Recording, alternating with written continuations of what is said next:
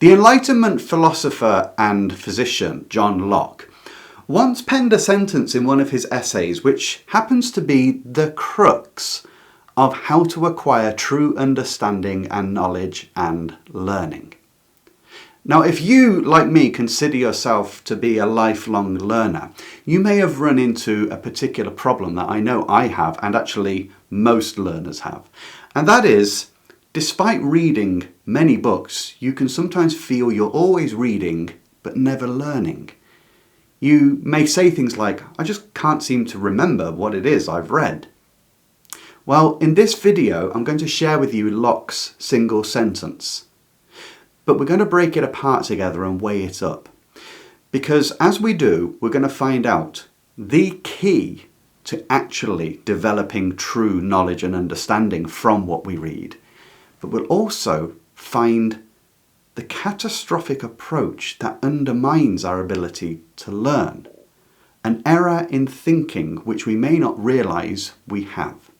After that, I'll share with you one brilliantly simple and highly effective tip which will enable you to immediately get far more out of what you read instantly. So, let's take a look at John Locke's sentence.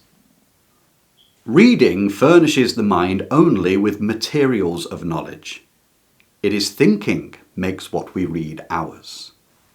That is the whetstone on which the blade of learning is perpetually sharpened. I don't think Locke's sentence could be phrased any better because he's managed to distill down to the essence of the truth of how we gain true knowledge and understanding of something. But be warned, there is an insight within his comment which the majority of people will miss and will nullify the power of what they've just heard. In fact, many people watching this video will make that mistake straight away.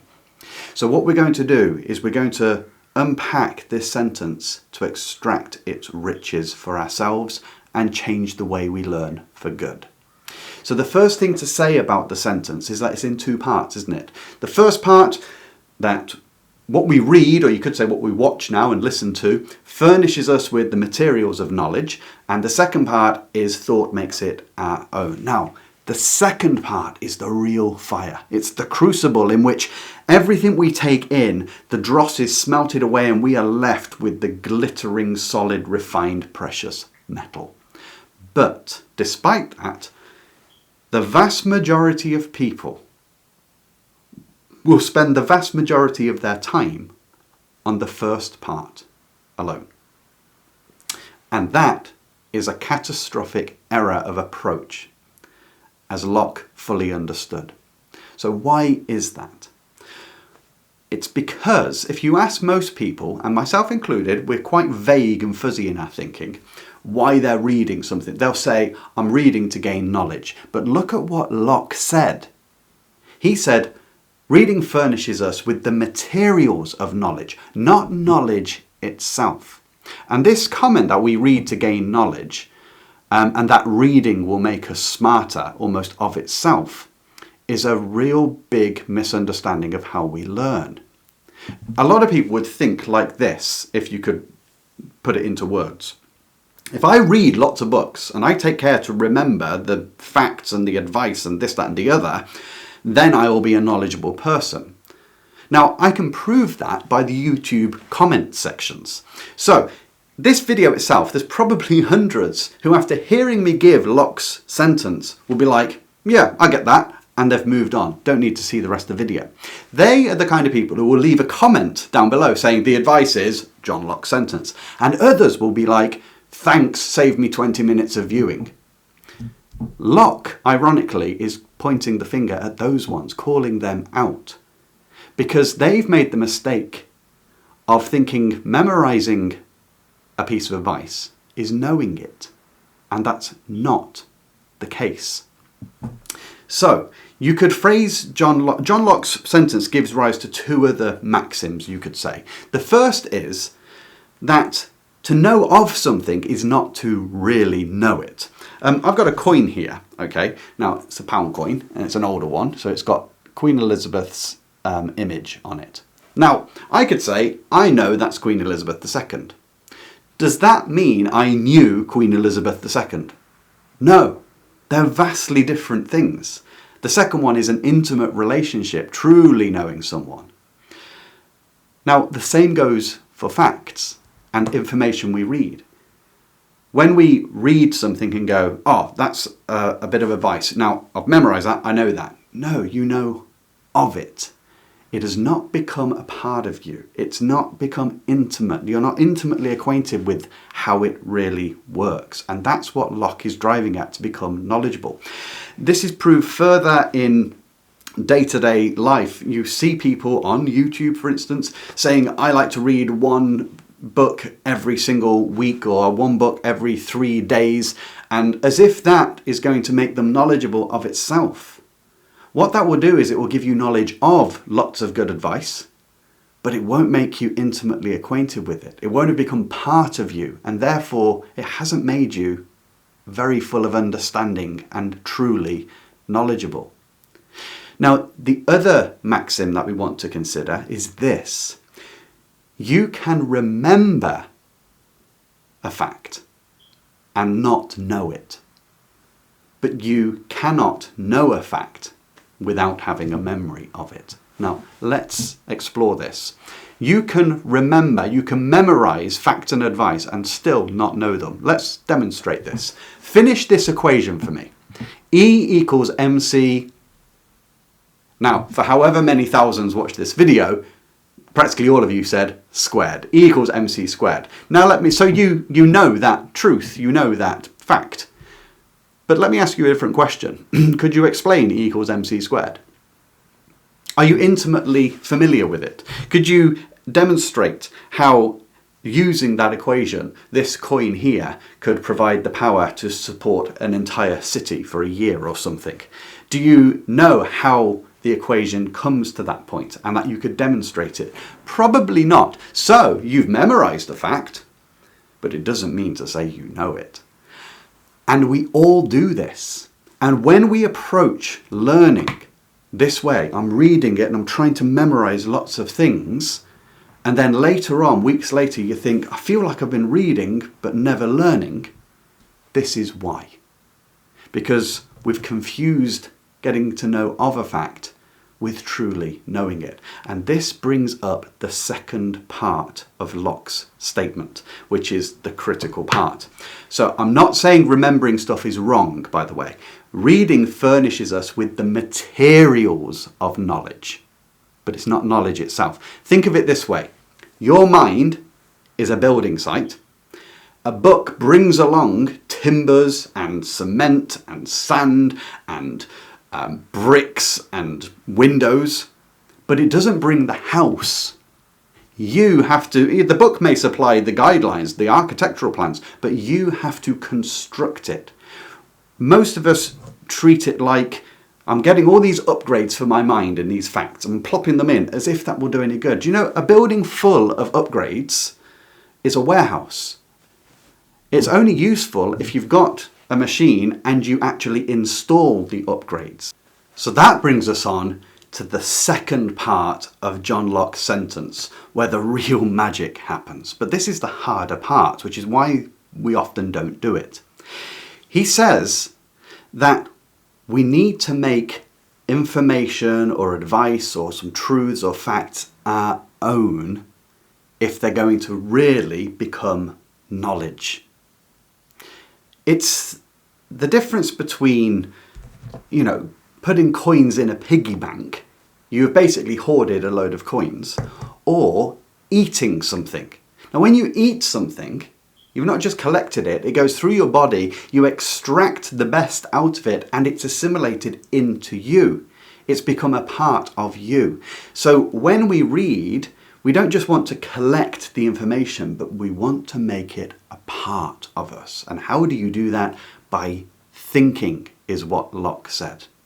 It makes it more personal. We begin to think, do I agree with this?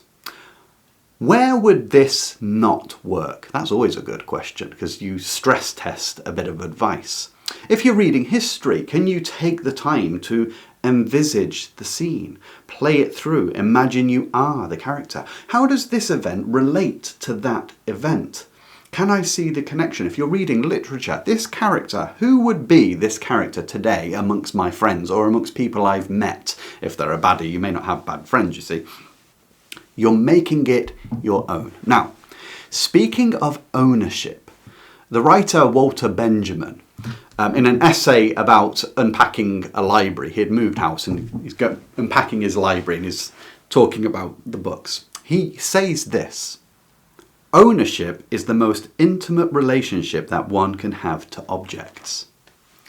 Now, what's this got to do with learning? Well, he's not wrong, you know. When we own an object, it becomes far more important to us.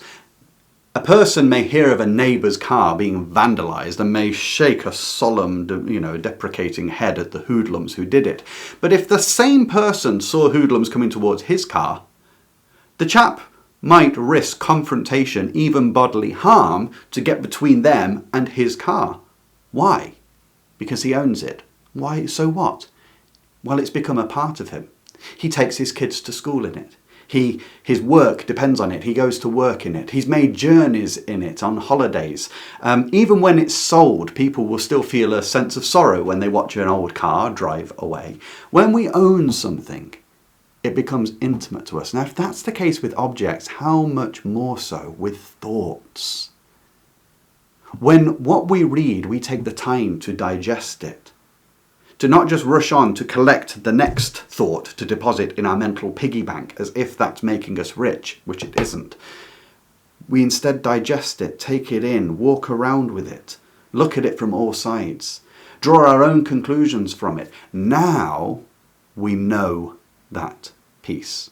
It can either be a bit of advice which we find fails or is really profound, but we've become intimate with it and it's part of us. Now we have something that will stick with us. In fact, we will now remember it. And isn't that curious? A lot of times we're taught that memorization is the route to knowledge, when in fact, it's the outcome of knowledge. You know, even if you think mathematics and cooking, you might think that's memorizing, but actually, how do you memorize? By doing constant cooking, by doing constant sums. You're forced to interact, to be with the fact that you're exploring, multiplication, division. And by constant repetition, you're making it part of your own. Now, if you were to take that and build something in your house when you were a kid, my father-in-law built a catapult when he was a kid that could throw stones over the house using mathematics. Do you see how that would become so much part of you that you don't forget it? Then you truly know how an equation works, not just that the equation is correct. And that's what Locke is driving at. To become knowledgeable, we need to view our reading as furnishing us with the materials so that we can now think upon them to make them our own. And that's when you have real knowledge. You've become intimately acquainted with what you've learned. And then you'll remember it. So, one tip, how do you do this? There's many ways. There's certain questions you can ask, and a lot of it starts with questions. But this is the answer. The most sovereign of all human implements, yet found in the meanest of homes, a pencil. When you read, always read with a pencil. And write your thoughts in the margins, or at least in a book to the side. Because when you're reading, you have thoughts of the moment, as Edgar Allan Poe said. In fact, I'll give you a quote from Edgar Allan Poe. In getting my books, I have always been solicitous of an ample margin. He always wanted a margin, a big margin around his books. Why? Because he mentioned that he could jot the thoughts of the moments that occurred to him as he read.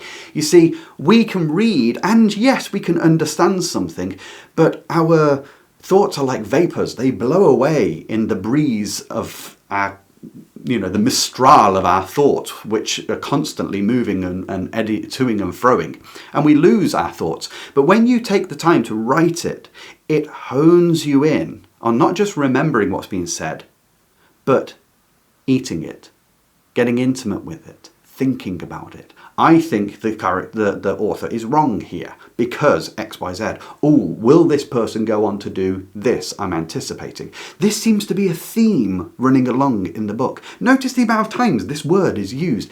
You're stopping and you're actually thinking. And remember what Locke said? Reading gives us the materials, thinking makes it our own.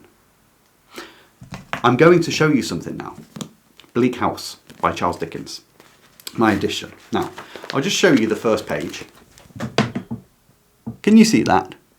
All marks on the word fog and writing all over the top. I think if I were to turn the page, you know, you're going to get more, okay? Writing all over it. And if I kept turning, you would see more and more writing through the whole book. Now, there's a reason I show you. What do you see on that? Don't you see not only Dickens' words, but my thoughts melding around them? They're becoming one. I'm making his words a part of my mind. And of course, that enables me not only to memorize, but to glean any knowledge later, to change my worldview, to begin to see things which a casual reading may not see. This is why Mortimer Adler, who wrote the famous book How to Read a Book, said this: full ownership of a book only comes to those who mark it up. Do you notice that word ownership again? Remember Walter Benjamin said that ownership is the most intimate thing we have. And what did Locke say? When we think upon the materials we've gathered from a book, it makes them our own.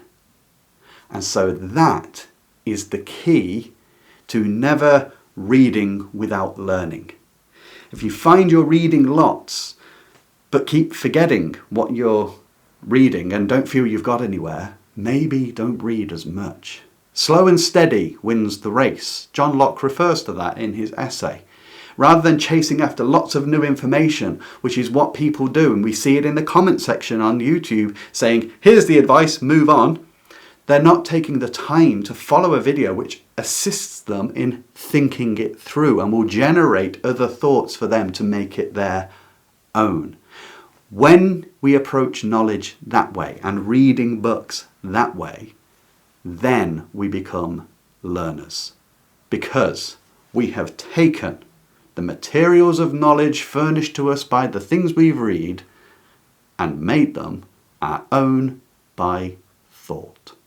If you've enjoyed this video about John Locke's amazing advice as much as I've enjoyed meditating and talking about it, and you'd like to support the channel, consider either becoming one of my Patreons, and you can go to the link below where you'll get exclusive content, or go to my Buy Me a Coffee page and make a small £3 donation. Everything you do to support me and making new videos really helps. I thank you very much. Until the next time, I wish you joy in whatever you read.